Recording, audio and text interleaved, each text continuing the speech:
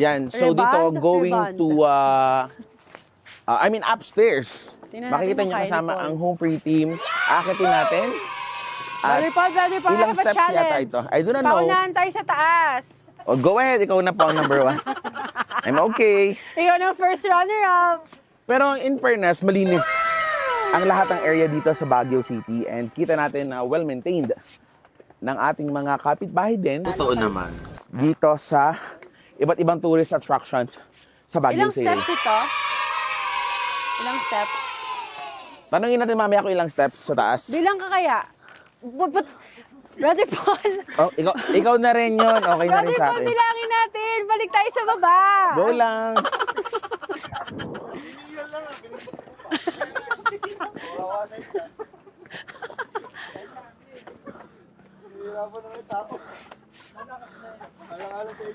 Hindi ako nagsa-search ng mga pinupuntahan natin, ano? So lahat halos, kailangan pala yung agility. Pao, sa susunod nga mag-shoes ka, pang safety ang shoes. Tsaka susunod, nagre-research talaga tayo Mag-sandals kung ka kasi eh. kakayanin ba ng heart natin o magpe-fail na po siya. Mag-fall ka pala. Ito nga, delikado yung gantong shoes eh. Kasi, ano to, yung sprint. Totoo naman. Alam mo, napakahirap ng mga hindi tayo nag-fit to serve. Totoo naman. Puro kapatagan kasi sa Marikina. Tinig yung hingal namin, guys. Ano lang po to? Joke lang po yung hingal namin. Pwede na! Sobrang hirap. Brother Paul, magkwento ka naman. Malayo pa po. Patulungan mo ako. Pero huwag ka na magpatulong sa akin. Gawin mo lang, fast forward mo na lang to.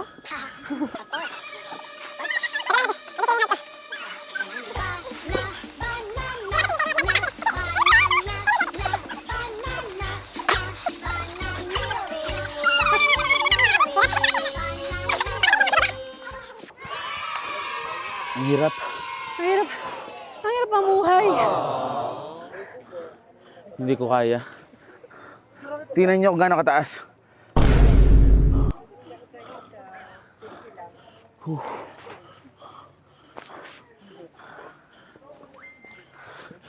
Uy. Tara doon, no? Ano yung mga bilihan ulit? Dito muna.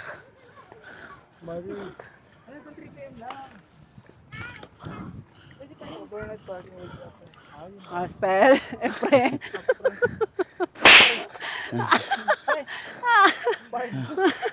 Asa na si Bakrin yung telepono ko na. Nagpapahiram ako sa kanya ng telepono. May hangin para talaga. kumuha Iba pa ng rin yung views. hangin. It's awesome. Sa lugar lang. Brother Paul, alam mo, isa sa pinagtataka ko, buti na lang din hindi ka naging igorot. Ang hirap pag ganyan, tapos itakabahag ka. Oo. Ito, oh. Ito yung mga ilan sa mga kanilang mga kasuotan dito. Parang Yan. houses there. Malamig siya, pero syempre dahil nga ilang lakad tayo, panapawisan din tayo mga kapitbahay. And kanina nga, 300 calories ang pwede niyong mabawas sa ating mga naging lakad dito sa Baguio City. At pansin din natin, laging Sabi yung mga, director natin, no? pansin natin, laging lakad lang talaga dito. Lahat. Right. Kaya mga taga Baguio, sanay sila talaga sa walking. Okay. So next, ito rin sa iconic nilang place. Dito tayo Ganda. mag-photos. I think maganda siya. Wow. Ayun yung mga flowers, oh. Oh, I love it. We'll go there. Thank you, Lord, for the air. Mac, nasa ka na, Mac? Nihingal tayo pero tuloy pa rin. Ganda ng flower, oh. Upo muna tayo saglit. Oh. Uy, ang lamig ng upuan. Right? Kasi stone siya. Wow, this is amazing. Malinis. Talaga dito sa Wright Park. At sa ilang sandali ay mapupuntahan naman natin ang The Mansion in few walks away or few minutes. Let's visit the mansion. Isa rin sa mga kilalang tourist Tourist spots. isa rin sa mga kilalang tourist spots or another attraction dito mismo sa City of Baguio or sa City of Pines or sa summer capital of the Philippines. So from a right park, gaya natin nabanggit at nagpahinga tayo ng kaunti sa ating inupuan doon kanina, this time tayo papunta na sa The Mansion. But So, before tayo makapunta sa The Mansion, may isang magandang garden na punong-puno ng flowers. bloom na bloom, no? That's true. Ang ganda. And as you can see, kaliwat kanan, talagang fully bloom ang mga flowers na ating nakikita dito. At malinis din po mga kapitbahay dahil nga kaliwat kanan din nakalagay ay no littering. Okay? So, kita natin yung ganda rin ng pine trees. Oo, syempre hindi naman ito tatawaging City of Pines City kung walang of pines. Pines. So, Pero sana laging maingatan. Actually, Oo. maraming ngayong issue sa Baguio about tourism dahil masyadong ang overpopulated, crowded na. Pero we always wish and pray na sa lahat ng mga pupunta sa Baguio, laging maging, dahil nature lover tayo, maging caring din tayo sa ating nature kasi kailangan pa ito makita ng ilang generations dahil napakaganda ng syudad ng Baguio. Yan. So we are approaching sa The Mansion. So constructed at the instance of William Cameron Forbes following the design of William E. Parsons as part of the Burnham Plan for Baguio in year 1908, inspired by the City of Beautiful movement, venue of the special session of the Second Philippine Legislature, 1910, destroyed during the war ng 1945. At na-rehabilitate naman ito ng taong 1947 and venue of the UN Economic Commission of Asia and the Far East or E-Cafe. 1947 naman, the UN Food and Agriculture Organization, 1948, and the first meeting of the Southeast Asian Union or CU, known as the Baguio Conference of 1950. Summer residence of American Governors General from 1908 to 1935 and later of Philippine presidents from Manuel L. Quezon to the present. Yeah. At mga kapitbahay, ang The Mansion po ay from Tuesday to Sunday. Bukas po mismo ang loob ng The Mansion. But tuwing Monday, hanggang dito lang po tayo. Pwede nating picturean ang ganda ng The Mansion. But Tuesday onwards, we can visit yun po mismo sa tahanan na ito. At ang presidente, kapag umakyat po dito sa Baguio, ay meron pong chance na talagang dyan magstay sa The Mansion. At hindi rin po mawawala ang ating pagbisita rito sa Botanical Garden. Kaya naman po, atin pong alamin anong meron ngayon sa Botanical Garden. At sa ating pagpunta sa Botanical Garden ay 100 pesos ang entrance fee para po sa mga nais pumunta rito. At pagdating naman po sa senior citizen ay 80 pesos only. At sa mga children 12 years old below, 25 pesos. Pero kung ikaw ay taga rito, mas malaki po ang madi-discount ninyo. At sa pagbaba po natin dito sa Botanical Garden, ito agad po ang bubungad sa atin. Yun. Ito ang magandang mga halaman pa rin na makikita rin natin ang mga statwa na ito. Wow! Ganda rito sa Botanical Garden. It's been a while nang huli akong pumunta ng Botanical Garden. Almost 20 years. So 20 years later, ganito na po ang itsura ng Botanical Garden. And as you can see, it's still amazing and beautiful.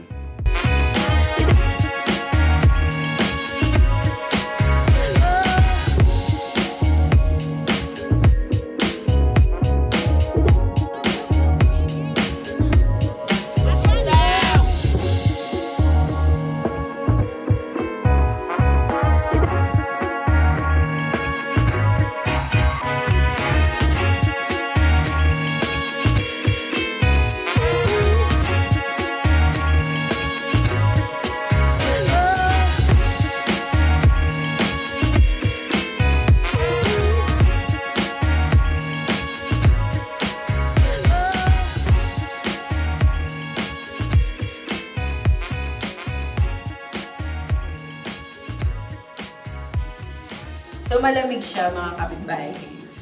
Pero bawal ito yung medyo mas matangkad sa 5 feet. At saka yung may mga phobia sa masikip. Pero malamig, hindi naman siya creepy. Kailangan marami lang kayo para hindi masyado nakaka... Kailangan nyo kasi... Pero well-maintained. Tsaka malamig. Malamig.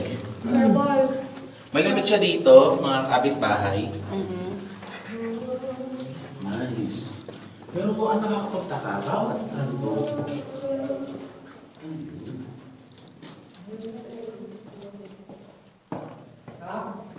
safe talaga kayo dito sa ilalim. Isang part lang to ng botanical garden pero nakapunta. Ang lamig no? Kahit ano siya, kulog.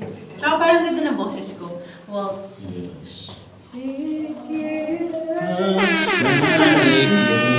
Lamb of God, and His right to Diyan ba, ikot lang tayo. Ano ka ba naman? Go! Go lang po. Iba yata yan. Ako po yung tour guide. Safe po dyan. Ako punta ka na dito? Ito, pwede yung akitin to. Bahay ni Spider-Man. Oh my gosh, my white shoes, man. Matapa na naman po ang inyong puso.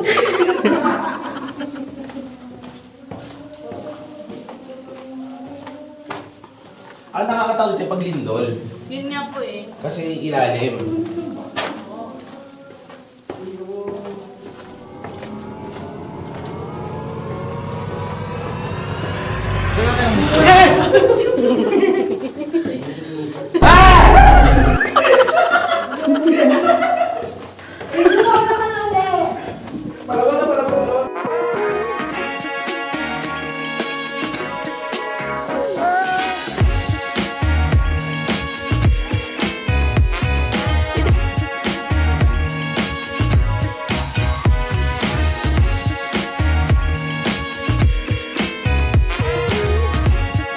And this is our last stop for this day's Slice of Life. At tayo po ngayon ay nasa night market dito mismo sa City of Baguio. That's true. Kaya kaninang umaga, iba't ibang mga lugar ang ating napuntahan at para talaga ma-maximize natin ang pagpunta natin dito sa Baguio, hindi natin papalagpasin na hindi natin dalawin ang night market. At nakikita niyo sa aming likuran, ang mga tao ay hindi na ganun ka-crowded dahil again, tapos na po ang bakasyon at ang ating mga kababayan ay pupunta dito pag walang pasok. Pero kahit ganun, kahit wag may pasok pa rin, no, Brother Paul, marami pa rin totoo to. yun. Pero nung naranasan ko to last time, siksikan talaga, shoulder to shoulder. But now, Wow. medyo makakagalaw tayo kasi nga, nabawasan ng mga tao dahil may pasok na po mga kapitbahay. Kaya naman abangan niyo po kung ano ang mabibili namin. At kung may pambili ba, at kung may pambili, ano nga ang mabibili? At dito po sa night market na ito ay combination na po ng mga souvenirs, ng ating mga damit na pwede nating bilhin. Ganon Yeah. din, mga kainan po. That's So, true. iba't iba po, halo-halo na po. Yan dito mismo Yes. sa City of Baguio, sa mismong city Yes. proper po ito. Kaya Mura abangan po lang ninyo. kasi. Oo, mura lang. Kaya abangan po ninyo ang ating Slice of Life dito mismo sa night market. Mga ano. Ay nako, yan. Kahiligan mo po. Magkano po sa mga ganito? Yung one piece po magkano? Yung mga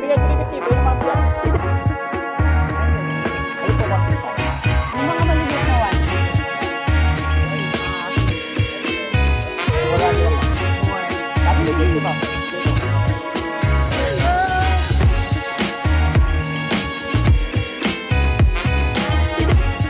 Uy, ang ganda na ito, bro. Magkano po rito?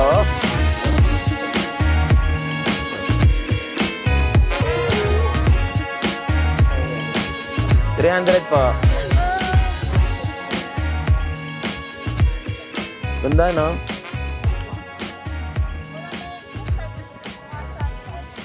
So ano ba ang rule dito, Brother Paul, kapag pupunta kayo dito? So far, makikita natin yung discipline ng mga mamimili dito at yung ordinansa. Walang kagulo, walang samot-samot dahil may kanya-kanyang entry point at exit point.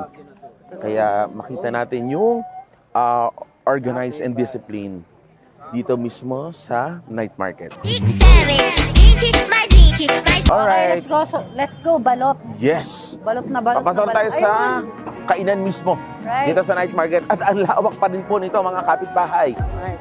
So ito ay magbubukas na po mula 8:30 up until 2 in the morning. So ano bang mga i-try natin? Gusto ko, ma'am, ng balot, ma'am. I want to try balot. Yun, ito agad, oh. Unang bugso, balot agad.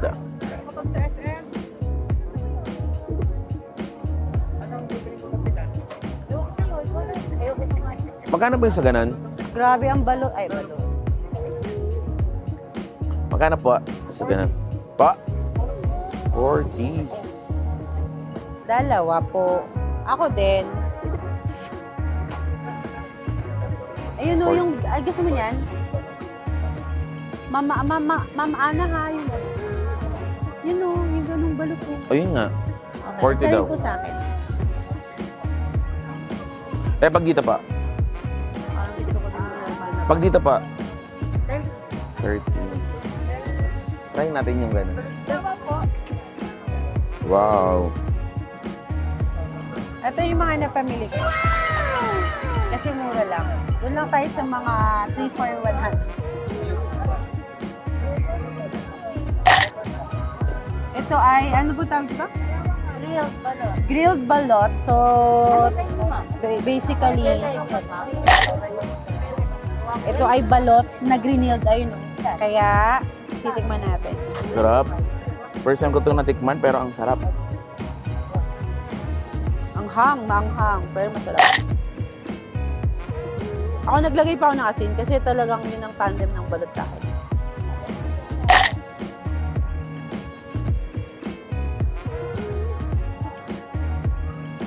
Mhm.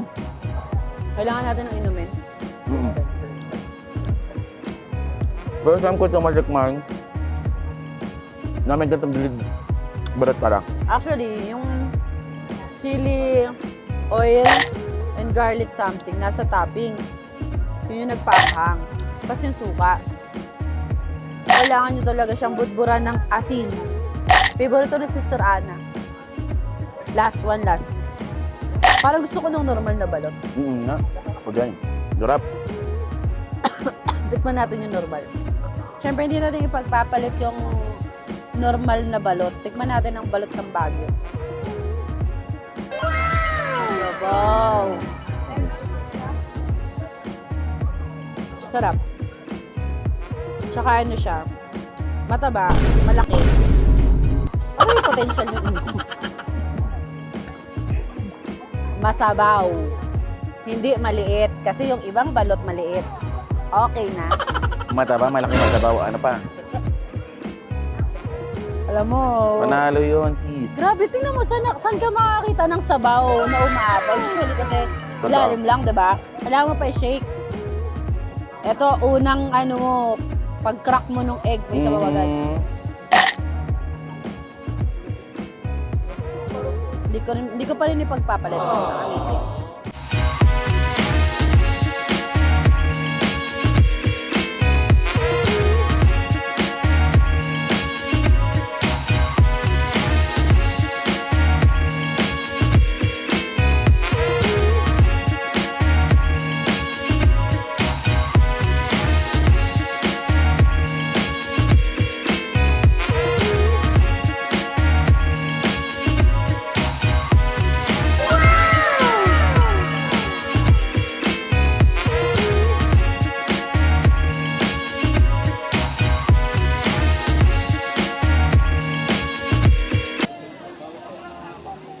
Lemonade, try natin.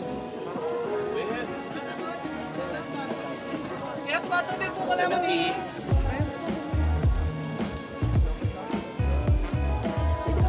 And sulit po ang ating pagpunta rito sa night market dahil kita natin yung dami ng mga pagkain dito. Ito I never tried din to. Kaya kanina ng balot nga. The grilled, it's my first time as well. So itong lemonade with Yakult. Yakult nga ba? Oo, Yakult, yes. Sarap. 70 pesos lang. Pero Busog na at may probiotics na. Talaga naman protektado tayo. Yes, thank you so much sa ating HFR team na kasama natin today, tonight, buong araw. Mula sa ating live hanggang sa mga pinuntahan natin tourist spot dito sa Baguio. And of course, to our beloved Chief Executive Minister and beloved Apollo Jonathan. Maraming salamat po sa privilege and opportunity na kami po ay makasama ninyo pumunta dito sa Baguio para naman sa ating mga church leaders for their cleric. At dito naman sinabayan natin ng live broadcast at syempre ng ating Slice of Life. At speaking of slice of life, nakita natin dito na may paraan para tayo ay mabusog, may kapamaraanan din para tayo ay makaikot sa iba't ibang mga lugar. Diskarte lamang talaga Affordable din. at affordable kahit ikaw ay nasa Baguio City, hindi ka gagastos ng malaki. Ang kailangan mo lamang diskarte at kailangan mo lang din ay pasensya, baon at yung endurance dahil nga dito sa Baguio ay lakad talaga forever. Downhill. Yes. Dahil mas masusulit mo kapag ikaw ay naglakad. That's true. At para sa mga gusto pumunta dito ngayon, medyo payapa siya, no? Dahil back to school na and back to work na. Tapos na ang vacation season ng summer. Ang payo lang natin sa lahat ng pumunta, again, no cellphone sa mga pedestrian lane, sa mga gilid ng kalsada, sa mga lugar kung saan dumadaan yung mga tao. Yan, may batas dito, pwede kayong hulihin. Ganun din, no loitering, bawal magkalat kung saan-saan. Sumunod po sa lahat ng signages. Dahil napakaraming ang turista dito na pumunta, so crowded pa rin siya kung tutukusin. Kaya kailangan maging masunod po tayo. And please do love and take good care of our nature. Yes, kaya no littering po. Mga kapitbahay, hindi tayo pwedeng magkalat kung saan at kung saan na lang po natin itapon dahil dito sa Baguio, disiplinado po ka tayo mga turista. Make sure tayo ay sumunod sa mga batas na ipinapatupad po ng bayan nito. At yan po ang ating Slice of Life.